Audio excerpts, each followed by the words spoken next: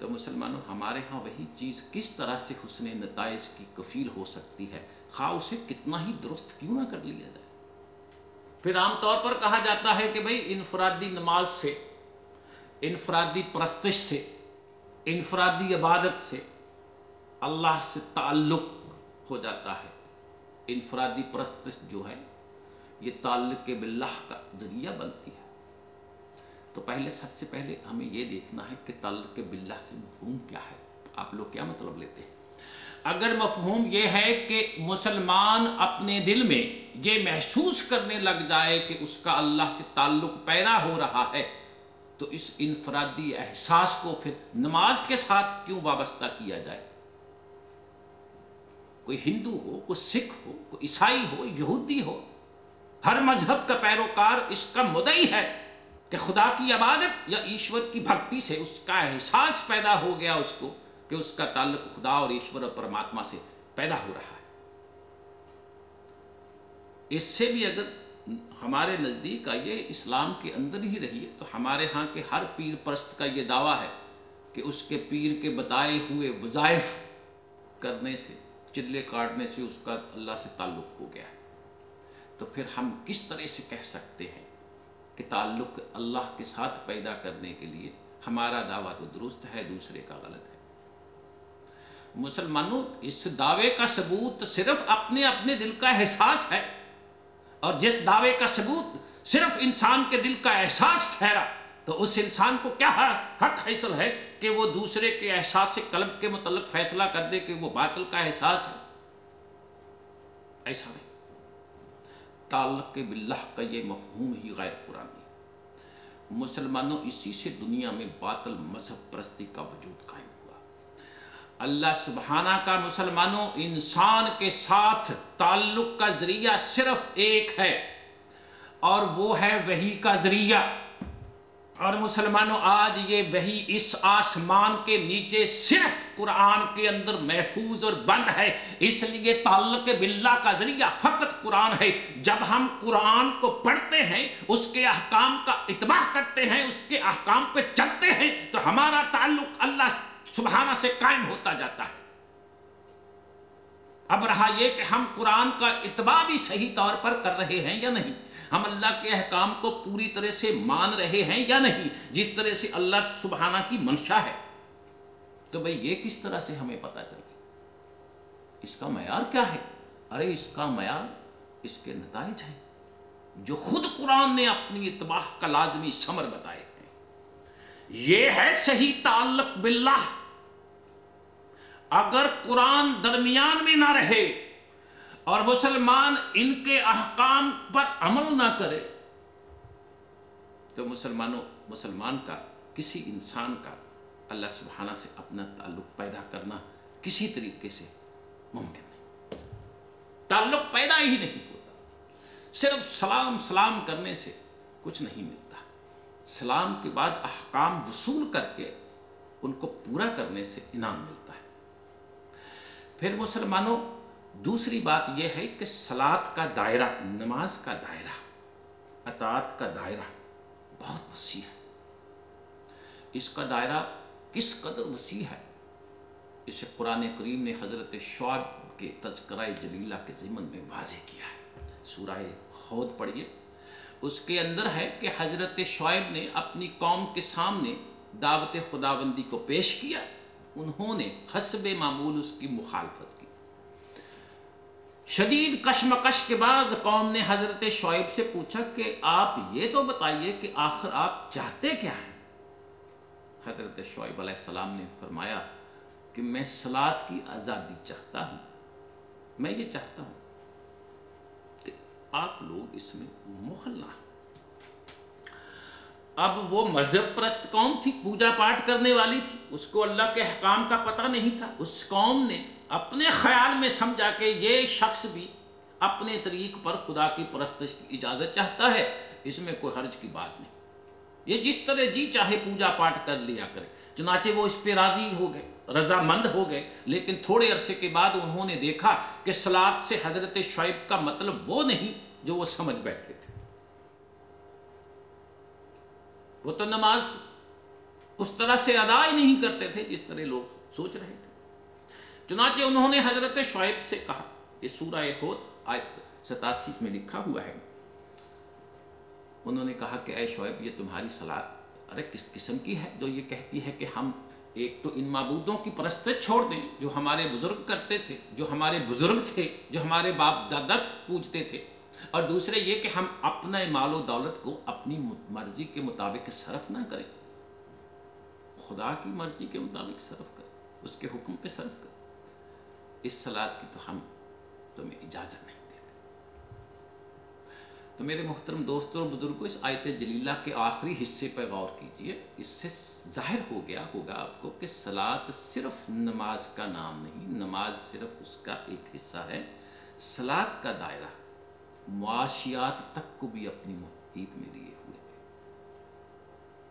سورہ حج کی آیت 41 میں ارشاد خداوندی ہوتا ہے کہ جماعت مومنین کی اپنی مملکت قائم ہوگی تو وہ اقامت صلاۃ، ایتاء زکوٰۃ، امر بالمعروف نہی عن المنکر کے فرائض سر انجام دیں گے۔ لیکن سورہ عنکبوت آیت 45 میں فرمایا کہ یہ حقیقت ہے کہ صلاۃ فحاشا و منکر سے روکتی ہے۔ آپ نے غور کیا، پہلے سورہ حج میں نہی عن المنکر مملکت کا فریضہ، اسلامی حکومت کا کام بتایا، سورہ عنکبوت میں فرمایا کہ یہ کام صلاۃ کرے گی۔ مسلمانوں، صلاۃ اس نظام کا نام ہے جسے اسلامی نظام کہتے ہیں، جسے اسلامی حکومت کہتے ہیں، جس کا فریضہ امر بالمعروف نہی عن المنکر ہے۔ ڈنڈے کے بغیر، حکومت کے بغیر، اللہ کی حاکمیت کے بغیر یہ چیزیں نہیں رکتی، نماز انہیں نہیں روک سکتی جو ہم سمجھ رہے ہیں، نظام صلاۃ اس کو روک سکتا ہے۔ جہاں تک ہماری نمازوں کا تعلق ہے مسلمانوں، یہ واضح ہے کہ ان سے فحاشا و منکرات نہیں رکے۔ کتنے نمازی ہیں جو بڑی باقاعدگی سے نمازیں پڑھتے ہیں، بے نمازیوں کو چھوڑیے، صرف نمازیوں کو لیجیے، لیکن اس کے باوجود وہ منکرات کے مرتکب بھی ہوتے ہیں۔ لہذا منکرات نظام صلاۃ، اسلامی نظام مملکت ہی روک سکتی ہے۔ پھر مسلمانوں، منکر کے بعد لفظ ہے فحاشا۔ لفظ فحاشا کا مادہ ہے فحشی، اس میں ہر امر شنی قابل نفرت کام آ جاتا ہے، لیکن ایسا نہیں ہے۔ عربوں کے ہاں جب فحش کا لفظ بولا جاتا تو اس کے معنی عام طور پر بے حیائی کے لیے جاتے، لیکن فحاشا کے معنی بخل کے تھے، کیونکہ عربوں کے ہاں بخل انتہائی درجہ کی قابل نفرت خصلت تھی۔ جہاں تک منکر کا تعلق ہے، اس میں بھی مسلمانوں ہر عیب بات، معیوب بات آ جاتی ہے، لیکن بنیادی طور پر اس کے معنی ہوتے ہیں عقل خودبین، جو صرف اپنا مفاد سوچنے کی ہیلا جوئیاں اور فریب کاریاں کرے۔ مسلمانوں، اگر عقل کو آپ وحی سے آزاد کر دیں، اللہ کے حکم کے تابع نہ رکھیں، اپنے پیروں مرشدوں کے حکموں کے تابع لے جائیں، اپنی مرضی سے اپنی مرضی کے تابع لے جائیں، تو اس کا منصب یہ رہ جاتا ہے کہ یہ انسان کو ہر فعل اور فیصلہ کے لیے جواز کی ڈیلیں سمجھاتی اور سمجھاتی رہتی ہے۔ مسلمانوں، صلاۃ کا مقصد یہ بتایا گیا ہے کہ انسان کے دل سے بخل کے جذبات نکال دیتی ہے اور عقل بین، خود بین، خود غرض کو اس جواز کی راہیں سمجھانے کے راستے روک دیتی ہے۔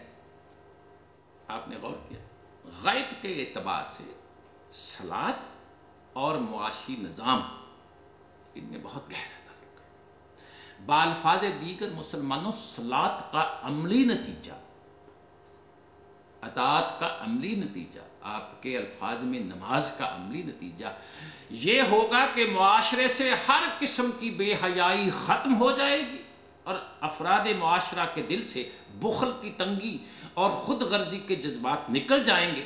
اس کی جگہ دوسروں کے لیے وسعت قلب کشاش کے جذبات پیدا ہوں گے، جس کی روح سے زندگی کا مقصد اپنے مفاد کا حصول نہ ہوگا بلکہ دوسرے بہن بھائیوں کی منفعت ہوگی۔ مسلمانوں، قرآن کریم نے بنی اسرائیل آیت 17 میں بڑے واضح الفاظ میں فرمایا کہ بقا اسی عمل، اسی نظریہ، اسی نظام کے لیے ہے جس سے مقصود نوع انسانی کی منفعت ہو۔ صلاۃ کا نتیجہ، نماز کا نتیجہ مسلمانوں اس قسم کا تغیر نفسی ہونا چاہیے جو نہیں ہے۔ آئیے ذرا سورہ المعون دیکھتے ہیں۔ اس میں فرمایا تو نے اس شخص کی حالت پر غور کیا جو دین کی تکذیب کرتا ہے۔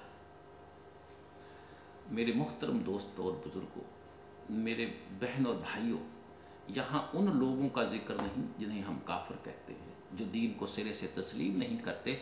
اس آیت کریمہ میں ان لوگوں کا ذکر ہے جو دین کے مدعی ہیں، اپنے آپ کو مسلمان کہتے ہیں لیکن عملاً دین کو جھٹلاتے ہیں۔ اس کے بعد بتایا گیا ہے کہ وہ کیا کرتے ہیں۔ اللہ سبحانہ فرماتے ہیں کہ وہ کس طرح سے دین کو جھٹلاتے ہیں۔ فرمایا یہ وہ ہے جو اس شخص کو جو معاشرے میں تنہا رہ جائے، تکریم کرنے کی بجائے انہیں دھکا دیتے ہیں، معذور مسکین کی روٹی کا انتظام کرنے کی بجائے اسے کھانا نہیں دیتے، اس کا انتظام نہیں کرتے۔ اس کے بعد آیت نمبر 4 میں فرمایا یہ وہ مصلین نمازی ہیں جن کی نمازیں ان کے لیے تباہی کا موجب بن جاتی ہیں۔ 5 سے 7 آیت میں فرمایا یہ وہ ہیں جو نماز کی محسوس حرکات کو صلاۃ سمجھ بیٹھے، اس کی روح، اس کے مقاصد، اس کی غرض و غایت سے غفلت برتتے ہیں۔ نماز تو پڑھتے ہیں لیکن رزق کے سرچشموں پر سانپ بن کر بیٹھ جاتے ہیں، دوسروں انسانوں کی ضروریات پوری کرنے کے لیے اسے کھولتے نہیں، اس کے سامنے بند باندھ دیتے ہیں۔ یہ ہیں وہ مصلین جن کی نمازیں ان کے منہ پر ماری جائیں گی، ان کی بربادی کا سبب بنے گی۔ یہ ہیں وہ لوگ جو دین کی تکذیب کرتے ہیں۔ یہ اللہ سبحانہ کے ارشاد ہیں۔ سورہ نساء میں ان لوگوں کو اللہ سبحانہ نے منافقین کہا ہے۔